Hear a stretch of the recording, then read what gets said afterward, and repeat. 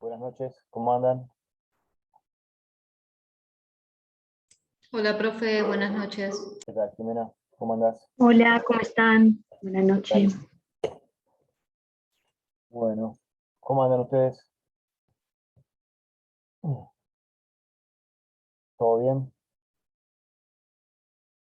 ¿Qué tal, Víctor? ¿Cómo andas? Sí, profe, todo tranquilo. Bien, bien, bien, me alegro, me alegro. Hola, profe, buenas noches. ¿Qué tal, Víctor? ¿Cómo andás? Bueno, ¿Está bien? bueno, eh, les he mandado a casi, bueno, salvo algunos que lo han mandado por WhatsApp el parcial, a todos creo que les respondí. Si a alguno no le respondí el examen con la devolución, me lo hacen saber por el chat y después los vamos viendo para que yo se los reenvíe o veamos. Las notas las tengo absolutamente todas, pero bueno, hubo gente que me mandó no solamente un mail, sino que me mandó varios, o me mandó varias fotos, o me los mandó por WhatsApp por varios canales, entonces tuve que tratar de empezar a compaginar y que no me faltara ninguno. Creo que no quedó nadie afuera, así que algunos los corregimos de una vez, así que bueno, ya está, listo. Si alguno no tiene la devolución hecha atrás del mail, me avisa, porque algunos los mandé por el campus del instituto y ahí no me queda claro si lo recibieron o no tampoco. Así que bueno, después me van confirmando, ¿sí?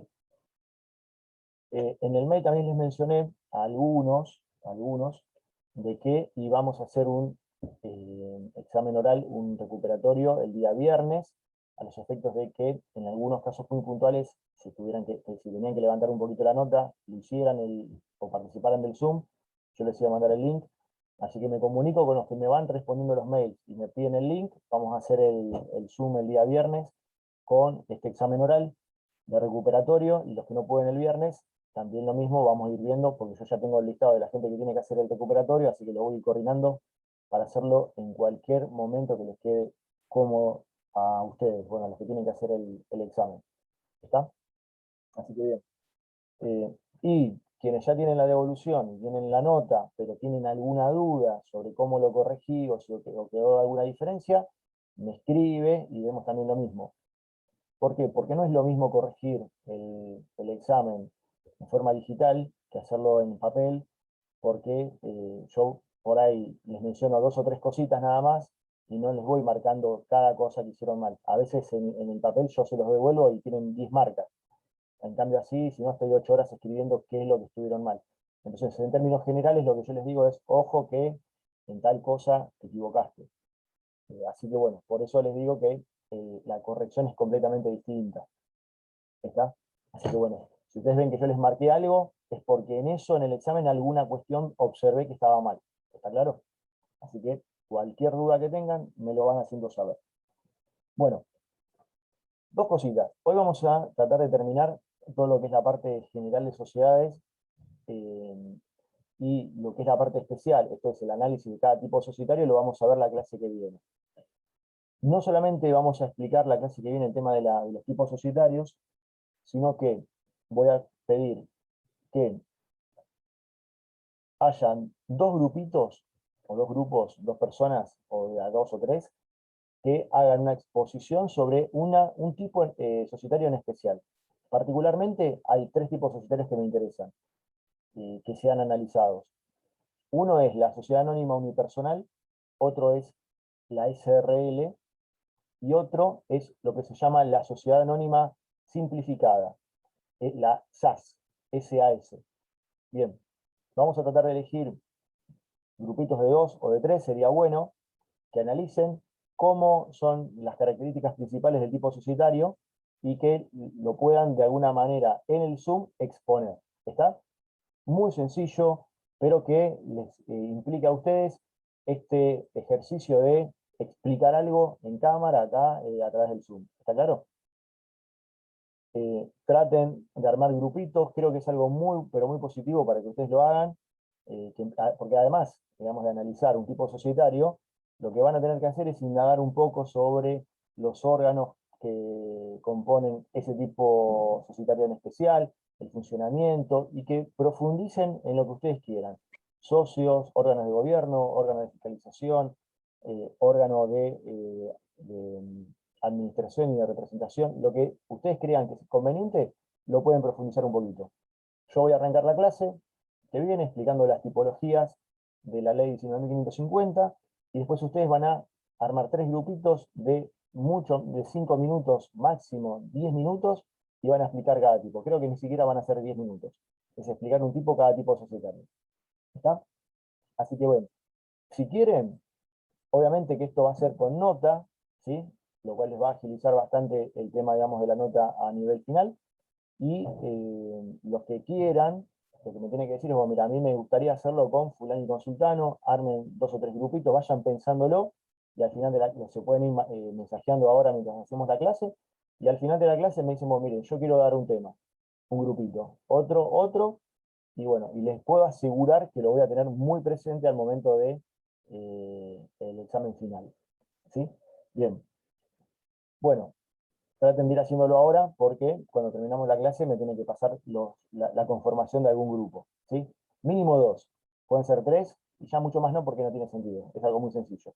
2 o 3 personas conforman un grupo, lo que sí, durante la clase van a tener que hablar un poquito cada uno. ¿Está? Nada más. ¿Sí? Bien. Hoy vamos a ver, nosotros ya habíamos visto en alguna clase anterior el tema de la parte general de sociedades y habíamos empezado a hablar un poquito sobre regulación, órganos y demás. No lo tomé en el examen porque, bueno, no había, o habían algunos que por ahí querían que se explicara un poquitito más, y me pareció medio como que no correspondía tomarlo en el examen, así que no lo incluí. Pero bueno, ahora sí vamos a continuar porque vamos a hacer toda esta segunda etapa, sociedades, terminamos con sociedades y empezamos con el tema de títulos de crédito.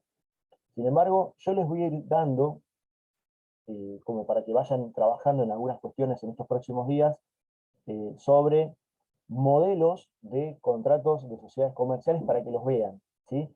Por ahí le vaya haciendo algunas preguntas pero muy sencillas, a los efectos de que ustedes vean modelos de contratos constitutivos de sociedades y empecemos a sacarnos el miedo sobre cómo se hacen, cómo se instrumentan y demás. Y que veamos claramente en sociedades reales que están funcionando hoy en día, cómo se hacen los contratos constitutivos. Bien, cuando nosotros vimos el tema de la ley 19.550, la parte general, vimos que la ley de sociedades establece una tipología. La tipología societaria, si ven que es reiterativo de lo que ya hablamos, díganme y lo voy frenando, pero quiero que retomemos de la parte general. La tipología societaria establece lo siguiente. La ley de sociedades establece una serie de tipos o formas en las cuales se puede constituir una sociedad comercial, y establece un número clausus. ¿Qué significa esto? Hay un número cerrado de tipos societarios.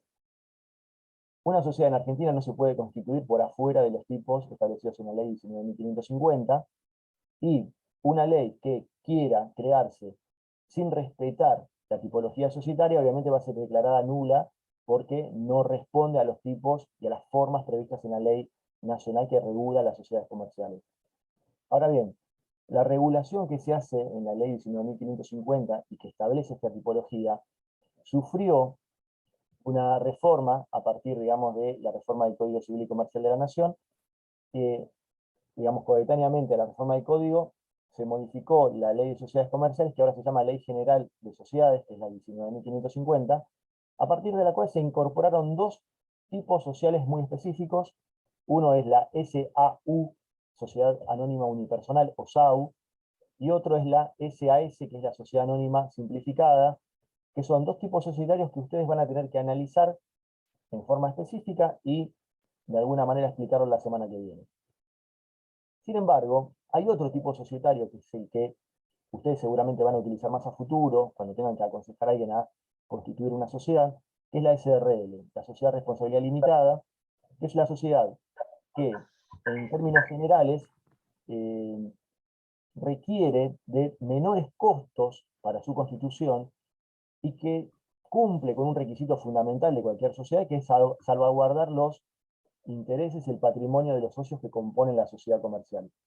¿Por qué? Porque el principio básico de la existencia de una sociedad, chicos, recuerden, es de alguna manera proteger el patrimonio de los socios.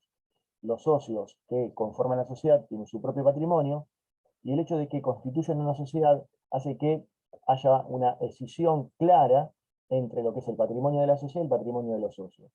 Salvo situaciones de fraude a la ley, nunca un acreedor de la empresa, o de la sociedad puntualmente, puede demandar o dirigir una demanda contra el patrimonio de los socios, o contra los socios en forma personal. Un error reiterativo del examen era este tema, digamos, de la confusión entre el concepto de empresa y el concepto de sociedad. Quizás ustedes no, pero algunos chicos sí. Recuerden que el concepto de empresa es un concepto netamente económico, y el concepto de sociedad comercial es un concepto netamente jurídico. Nosotros tenemos el concepto de sociedad en la ley 19.550 y es un concepto jurídico, es un concepto que nos lo da la ley.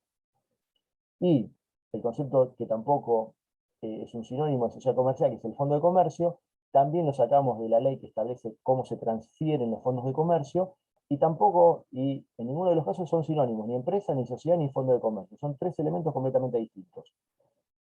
Cuando nosotros analizamos la sociedad comercial, lo hacemos en el marco de la ley 19.550, y ahí vamos a ver que se establece no solamente la tipología societaria, sino los elementos, las características y las cuestiones muy puntuales que se relacionan con cada tipo en especial.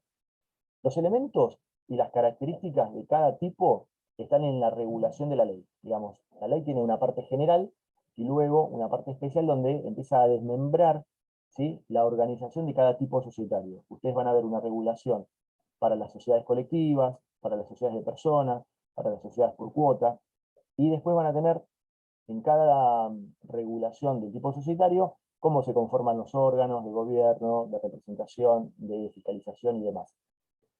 Pero hay elementos que son característicos para todas, que son los que nosotros vimos la clase pasada. Vamos a ver, aquí en el PDF, que son los que están por aquí. Esperen que no quiero taparlo con la imagen. A ver si se ven. El concepto lo tienen de lo que es el tema de la sociedad. Recuerden que con la reforma, el concepto de sociedad ahora se amplía a la comprensión de las sociedades unipersonales, pero los elementos de las sociedades son siempre iguales: pluralidad de participantes, que las personas que lo componen, salvo en el caso de la SAU, porque sí actualmente se aceptan las sociedades unipersonales, la organización, que es de alguna manera regulada a través del estatuto y del contrato constitutivo, la tipicidad, que establece la propia ley. Ninguna sociedad se puede constituir por afuera de los tipos establecidos en la ley 19.550. Los aportes, todas las sociedades tienen aportes, en algunos casos es un aporte de capital, en otros casos es un aporte de actividad, como por ejemplo en las sociedades de capital e industria. Hay un socio que se llama socio industrial, que en realidad el aporte está vinculado a su mano de obra, ¿sí?, a las tareas que va a desarrollar. Todo tipo societario, toda sociedad tiene un fin societario que al mismo tiempo va a estar de alguna manera relacionado con que los socios siempre en una sociedad participan de las ganancias, pero también sufren o de alguna manera van a responder por las pérdidas. No puede haber un socio que no responda por las pérdidas, sino que es parte, digamos, de un concepto general de la sociedad, de que ganen, pero también participen cuando la sociedad pierde. Y por último, el tema del afecto societatis, que es que en toda sociedad se presume de que los socios tienen este deseo, ¿sí?, este ánimo de unirse. En toda sociedad se presume que existe. Los socios se pueden llevar muy mal, eso no se discute. Pero el principio general es que los socios tienen una intención y un afectio, ¿sí?, un interés en reunirse. Y eso es lo que hace que se conforme la sociedad. De no existir esa intención, no habría sociedad comercial. Bien. Ahora, recuerden que existe la sociedad unipersonal, está regulada actualmente en la ley a partir de la reforma. Ahora bien, recordemos que para que una sociedad sea regular, esto significa que esté verdaderamente constituida, tiene que haber transitado todo lo que nosotros denominamos en el derecho el íter constitutivo. ¿Qué significa? Una sociedad nace a partir de una idea. Es una idea que han tenido una persona de generar una situación, un emprendimiento, ¿sí? Con el propósito de generar ganancia. Bueno, esa idea en algún momento puede plasmarse en un papel, puede haber un contrato que de alguna manera instrumente y le dé forma a esa idea, o puede no tenerlo. Cuando uno quiere regular, crear y atravesar todo el íter constitutivo y tener una empresa regularmente constituida a través de una sociedad comercial, tiene que transitar todo el camino, desde la idea hasta la instrumentación del contrato constitutivo, pagar ciertas tasas contributivas, presentar ese contrato constitutivo a un organismo del Estado, que puede ser la IGJ en Capital o la Dirección de Personas Jurídicas en La Plata, que va a ser el órgano que va a analizar esa documentación, y si la aprueba, vamos a tener definitivamente una sociedad regularmente constituida. Cualquier freno que hubiera en el íter constitutivo, esto es, que hubiera alguna situación que frenara el procedimiento hasta antes de del reconocimiento por parte de la autoridad del funcionamiento de esa sociedad, vamos a tener una sociedad irregular, ¿sí? Una sociedad irregular es una sociedad que puede tener un tipo societario, puede tener un contrato escrito, pero no están inscritas en el Registro Público de Comercio, no están inscritas en la IGJ, no están inscritas en la Dirección de Personas Jurídicas, y por lo tanto es una sociedad irregular, ¿sí? Porque no culminó todo el íter constitutivo. Ahora bien, la diferencia entre una sociedad regular y una sociedad irregular es esa. Una transitó todo el íter constitutivo y está inscrita en el organismo del Estado, y la otra no. En algún momento, por alguna razón, algo frustró, ¿sí?, esa inscripción. Pero tenemos otra tercera categoría, que hoy en día forma parte de lo que serían las sociedades irregulares también, que son las sociedades que no tienen ningún contrato constitutivo, o tienen un contrato pero nunca iniciaron el trámite de constitución en el organismo del Estado, y son sociedades que por ahí ni siquiera tienen un tipo social específico inserto en un contrato, puede ser que ni siquiera tengan un contrato, y simplemente funcionan, ¿sí? Estas son lo que nosotros denominamos sociedades de hecho, ¿sí? Ahora, la característica fundamental que de alguna manera hermana las sociedades de hecho de las sociedades irregulares es la circunstancia de que los socios que componen la sociedad comercial tienen una responsabilidad por el manejo de la sociedad tan grande que cualquier acreedor puede afectar el patrimonio de los socios que integran la sociedad irregular o la sociedad de hecho, porque no está regularmente constituida. Esto es, la irregularidad, tanto en la sociedad irregular como en la sociedad de hecho, hace que los socios respondan con su propio patrimonio respecto de cualquier situación por la cual hubiera responsabilidad de esa sociedad. ¿Está claro? En términos concretos, si hay una sociedad que está funcionando de forma irregular o de hecho, hace que los socios que forman parte de la sociedad, obviamente, sean responsables y tengan que pagar con su patrimonio cualquier situación que pudiera generarse. Ahora bien, ustedes vean que en las sociedades irregulares ustedes tienen un contrato constitutivo. En las sociedades de hecho, pueden tenerlo o no. Fíjense que ahí dice que ni siquiera tienen un contrato, pero sí puede haber algún tipo. Puede haber algún contrato constitutivo en la sociedad de hecho, mínimo, pero mínimo.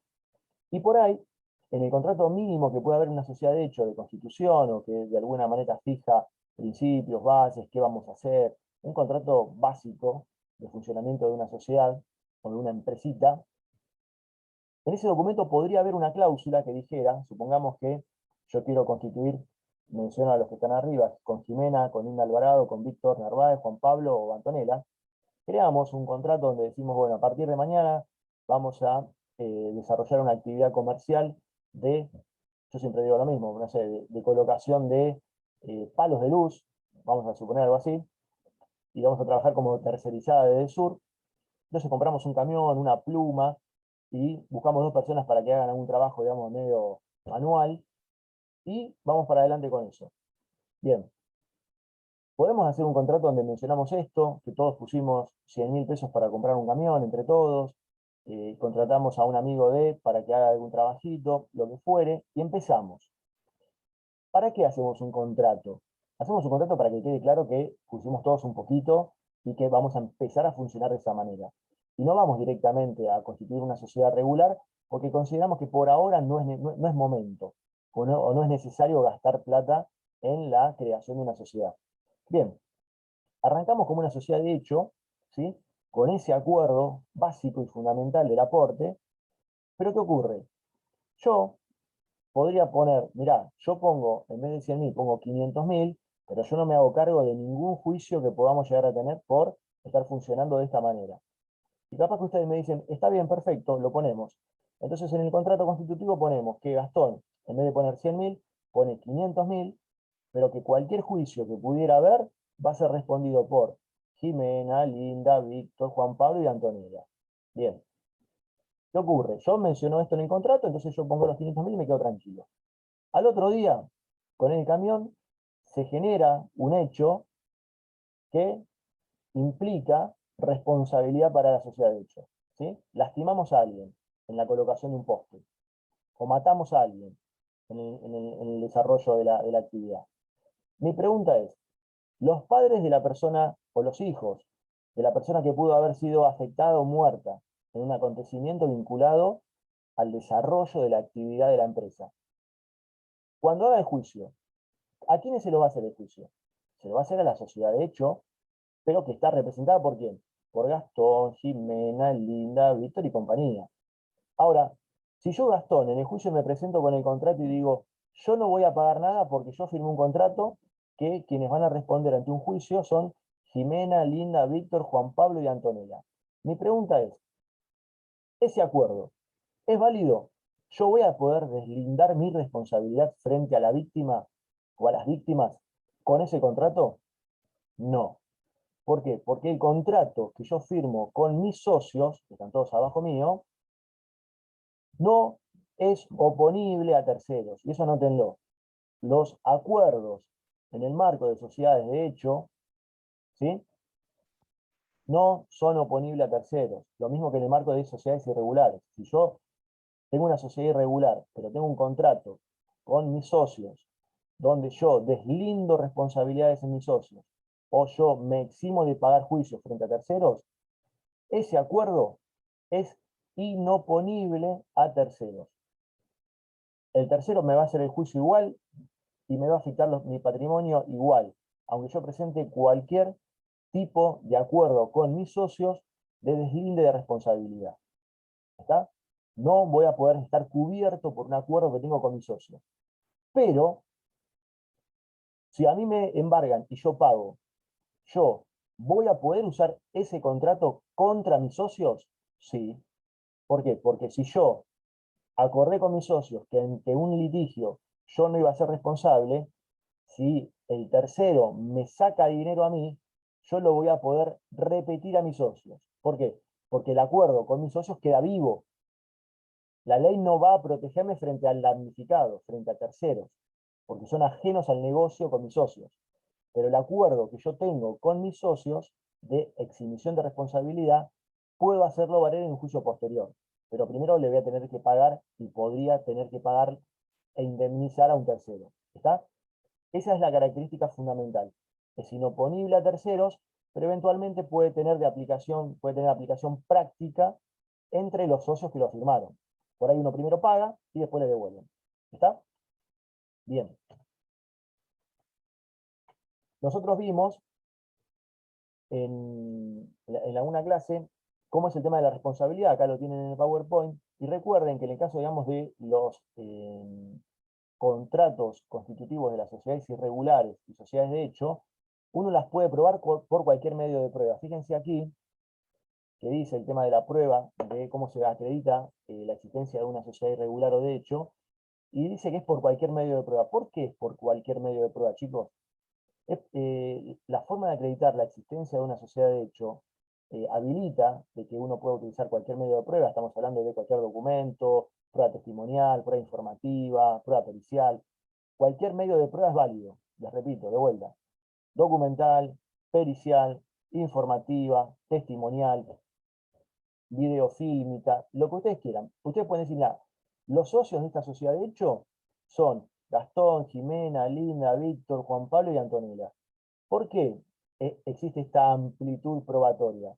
Porque si a nosotros se nos murió un chico porque se le cayó un poste en la cabeza, los deudos del damnificado, los hijos del damnificado, los padres, van a querer llevarnos a juicio a todos. No van a querer identificar únicamente a uno de los socios. Entonces, si ellos saben que la sociedad de hecho tenía 5 dueños o 6, van a querer meterle juicio a los 6. No van a querer hacerle juicio a uno o a dos. Entonces, si ellos tienen alguna prueba de que, por ejemplo, en la sociedad participaban 6 socios, va a querer identificarlos a todos porque tiene 6 potenciales deudores. ¿Está claro? Y la responsabilidad es solidaria y absoluta. ¿Qué significa? Que si hacen un juicio por 5 millones, le hacen un juicio por 5 millones a todos. Y no se divide 5 millones entre todos. Si le puede cobrar 5 millones al primero, a Gastón, se lo cobran. Y después el resto que se arregle. ¿Está claro? Por eso, la ley, como no protege, ¿sí?, a las sociedades de hecho, le otorga a cualquier acreedor la posibilidad de que pruebe la existencia de la sociedad con cualquier prueba. Por ejemplo, si tenemos, como en el caso que yo les explicaba, una empresa que se dedicaba a colocar postes, y nosotros teníamos publicidad que decía, la empresa de Gastón, Jimena, Linda, ya está.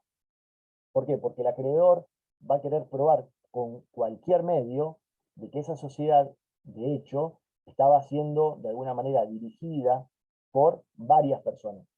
Ahora, ¿por qué por lo general una sociedad de hecho no tiene contrato? Justamente por esto. Porque si yo tengo una sociedad de hecho, voy a tener miedo de que a mí me metan un juicio. Entonces, si yo tengo una sociedad de hecho y les propongo a todos tener una sociedad, tal vez no me interese hacer un contrato constitutivo. ¿Por qué? Porque si alguien accede a ese contrato constitutivo, ¿qué va a pasar? Es la puerta directa a mi patrimonio. ¿Está claro? Si yo tengo un contrato constitutivo con todos ustedes, yo podría tratar de decirles, mirá, en el contrato constitutivo no me pongas, yo te doy 500.000 y firmamos un documento, un pagaré, pero no me pongas en el contrato. ¿Por qué voy a querer que no me pongan en el contrato constitutivo? Porque es la puerta para que cualquier situación de responsabilidad vayan a atacarme a mí. ¿Está? Por eso la importancia de que si ustedes quieren aventurarse a una cuestión económica, comercial, tengan la mente puesta en constituir una sociedad. ¿Por qué? Porque es la única forma, independientemente de los costos, de asegurar indemnidad en su patrimonio. ¿Está? Todo este tema, digamos, de la prueba de la existencia de una sociedad de hecho, es importante para la ley. ¿Para qué? Porque la ley no fomenta la existencia de sociedades de hecho. Lo que quiere la ley es que la gente constituya sociedades regulares. ¿Está? ¿Por qué? Porque es mejor para la seguridad jurídica. ¿Está? Si yo quiero tener una copia del contrato constitutivo de una SRL, lo puedo pedir, lo puedo conseguir. Si yo quiero pedir una copia de un contrato constitutivo de cualquier empresa, voy a la IGJ y con un oficio judicial por ahí puedo acceder a la copia. Lo mismo que en la Dirección de Personas Jurídicas. En cambio, una sociedad de hecho, no hay un lugar donde yo pueda ir para pedir una copia del contrato. ¿Por qué? Porque lo tienen los socios en su casa, directamente. Bien. Ahora bien, nosotros vamos a ver, que también va a ser algo que van a tener que analizar entre todos, esto sí en forma individual, de que en la vida de una sociedad hay una etapa que se llama de disolución y de liquidación de la sociedad. ¿Qué es la disolución? La disolución es cuando una sociedad en algún momento puede dejar de funcionar.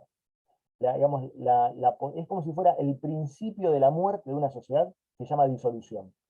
Cuando la sociedad empieza a morir, esto es, que ocurren algunas circunstancias que hacen que el funcionamiento a futuro se limite, es que estamos arrancando o estamos entrando en un proceso de disolución.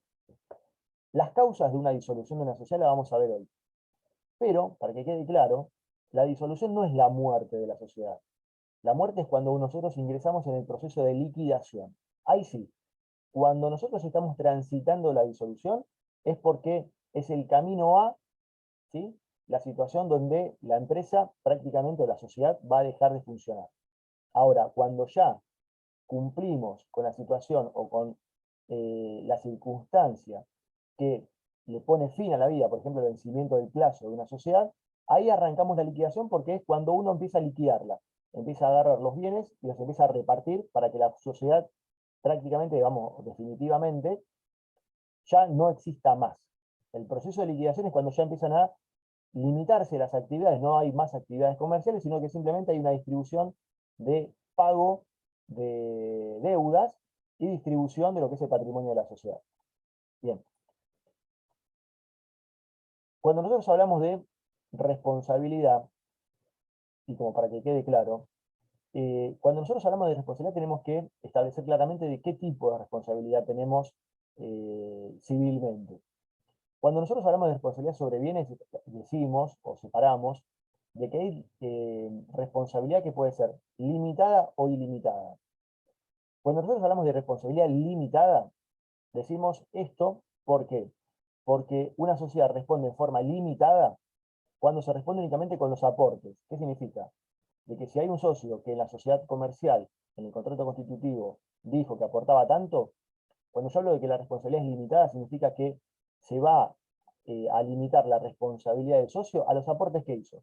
Si, por ejemplo, yo soy socio de una SRL y yo deposité en el patrimonio de la sociedad 1.000.000 de pesos, cualquier acreedor a mí me va a poder cobrar 1.000.000. ¿Por qué? Porque se responde en forma limitada a los aportes. Lo que dice en el contrato que yo pagué, pago eso, y se terminó. Por eso hablamos de limitado. Es limitado a los aportes. Ahora, cuando yo digo que hay una responsabilidad que es ilimitada, por ejemplo en el caso de las sociedades de hecho, significa que primero van a ir por los aportes que hay en la sociedad, y después ¿a dónde van a ir? A los bienes personales del socio. ¿Está? Entonces, cuando yo hablo de responsabilidad limitada, digo que es limitada a los aportes. Cuando digo que es ilimitada, es que primero van a ir por los aportes y después se van por todos los bienes personales de los socios. Por otro lado, también la responsabilidad se divide en cuestiones de cantidad.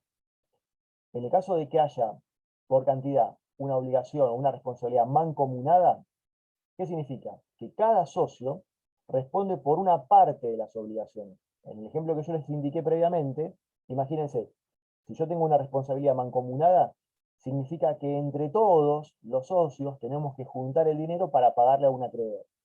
Si somos 10 socios y hay que pagar 1.000.000, vamos a pagar 100.000 pesos cada uno. ¿Está? Mancomunado significa que cada socio responde por una parte. Nos unimos todos para pagar. ¿Está? Una situación que generó responsabilidad. En cambio, cuando yo hablo de una responsabilidad solidaria, esto significa que cualquier socio va a tener que responder por la totalidad. ¿Qué significa? Que el acreedor puede apuntar a cualquiera de los socios y le dice, bueno, vos pagame 1.000.000 y después vos te arreglás con tu socio. ¿Está claro? ¿Qué significa entonces esto? Que cuando es mancomunado todos pagan un poco. En cambio, cuando estamos hablando de una responsabilidad solidaria, el socio debe responder, cualquiera, por la totalidad de las obligaciones. Esto le deja, cuando estamos hablando de una responsabilidad de tipo solidaria, a que el acreedor elija, ¿sí?, con mayor vehemencia, ¿no?, a qué socio le va a querer cobrar. Entonces no tiene que dirigir la acción por un porcentaje para cada uno, sino que a cualquier socio le cobra y le embarga y le vende para cobrarse la totalidad de crédito. En el ejemplo que nosotros vimos, los deudos de una víctima podrían decir, si yo reclamo 1.000.000, los demando a todos, pero si le encuentro bienes únicamente a Gastón, le vendo todos los bienes a Gastón y después de Gastón que se arregle con sus socios y le repita, anótenlo, porque el que paga además después puede repetir, así se dice legalmente. Repetir es iniciarle un juicio nuevo a otros para cobrarles lo que él pagó de más. Eso se llama un juicio de repetición. Pero esto únicamente va a ocurrir, en principio, cuando estamos hablando de responsabilidad solidaria. ¿Está? Y por último, cuando estamos hablando digamos, del orden, digamos, de los pasos que uno tiene que dar para poder cobrar, también hablamos de responsabilidades subsidiarias o no subsidiarias. ¿Qué significa? Cuando yo hablo de que hay responsabilidad subsidiaria, significa que el acreedor, digamos, la persona que va a hacer el juicio, primero tiene que atacar el patrimonio que el socio tiene en la sociedad. ¿Está? ¿Qué significa? Primero ataca el patrimonio del socio en la sociedad, y cuando ve que ya ese patrimonio quedó chico y que no alcanza a cubrir el crédito, ahí va al patrimonio, ¿sí?, personal del socio. En cambio, cuando la responsabilidad es no subsidiaria, significa que el acreedor no tiene que hacer el tránsito de dos etapas. No tiene que primero afectar el patrimonio de la sociedad para después avanzar en el patrimonio del socio, sino que directamente inicia la demanda contra la sociedad y contra el socio, pero lo que agarra primero lo cobra. ¿Qué significa? Que puede ir directamente contra el patrimonio del socio y no tiene que atravesar el tránsito previo. Lo cual, chicos, no es un dato menor, porque si uno quiere afectar el derecho, digamos, el patrimonio personal del socio y la obligación es subsidiaria o la responsabilidad es subsidiaria, uno al juez le tiene que acreditar previamente de que intentó cobrar con los bienes de la sociedad y recién a partir de ahí podría afectar el patrimonio del socio. Y si bien parece que es una cuestión menor, no lo es, porque a veces es muy difícil, digamos, acceder a los bienes de la sociedad y probar claramente que la sociedad ya no tiene más bienes. Entonces, ¿qué hace la ley? Como para agilizar el trabajo del acreedor, permite que vaya directamente a afectar el patrimonio del socio. ¿Qué ocurre? Si yo les tengo que dar, por ejemplo, a ustedes la redacción de un contrato, ¿qué tendrían que poner ustedes en el contrato? Si ustedes son las personas que van a asesorar al acreedor, ¿sí?, si ustedes van a asesorar al acreedor, lo que tienen que poner en cualquier, digamos, contrato que vincule al tema, digamos, o que regule el tema de la responsabilidad, es darle más derechos al acreedor. Si yo le quiero dar más derechos al acreedor, ¿qué tengo que poner en cualquier contrato? Que la responsabilidad es ilimitada, solidaria y no subsidiaria. ¿Entienden? Ustedes pueden ampliar la responsabilidad utilizando, ¿sí?, las palabras adecuadas: ilimitada, solidaria y no subsidiaria. ¿Por qué? Porque de esa manera saben que digamos, dirigen la acción contra cualquier socio sobre la totalidad de la deuda y sin tener que previamente agotar los bienes de la sociedad. ¿Está claro? En cambio, si ustedes quieren proteger a los socios, tendría que decir la cláusula que la responsabilidad es limitada, mancomunada y subsidiaria. ¿Está claro? Ahora, entender esto que está acá los va a llevar a entender cuál es la responsabilidad en cada tipo societario según cómo lo regula la ley. Ustedes, cuando vean que la ley dice la responsabilidad es limitada, mancomunada y subsidiaria, saben a qué se refiere. ¿Está?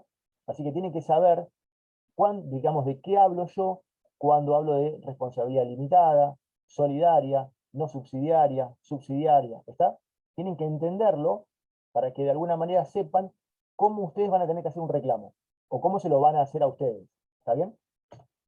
Bien. Profe, Sí. ¿puede repetir el último? Limitada, mancomunada y... Tenemos limitada y limitada, mancomunada No, y para proteger a los socios en vez de para los proteger a los acreedores. socios, y para proteger Sí, a los socios tendría que ser limitada, mancomunada y subsidiaria. bien, gracias, profe. Muy bien. Ahora, si ustedes quieren que los socios sean atacados rápidamente, es ilimitada, solidaria y no subsidiaria, porque van a poder atacar a cualquier socio sobre la totalidad de su patrimonio y directamente sobre su patrimonio. ¿Está? Bien. Bueno, respecto de la clasificación de sociedades, y después por último, bueno, ya se está por cortar. Bueno, vamos a una cosita. Ahora se está por cortar. Ahora arrancamos de vuelta, vemos el tema de clasificación de sociedades muy rápidamente, y después vamos a ver el tema de órganos, como para que ustedes ya para la clase que viene, los que van a hacer los grupos, sepan más o menos bien para dónde apuntar. ¿Está claro? Se corta ahora el video y después ya retomamos 10 minutitos más y ya terminamos. Lo voy dejando.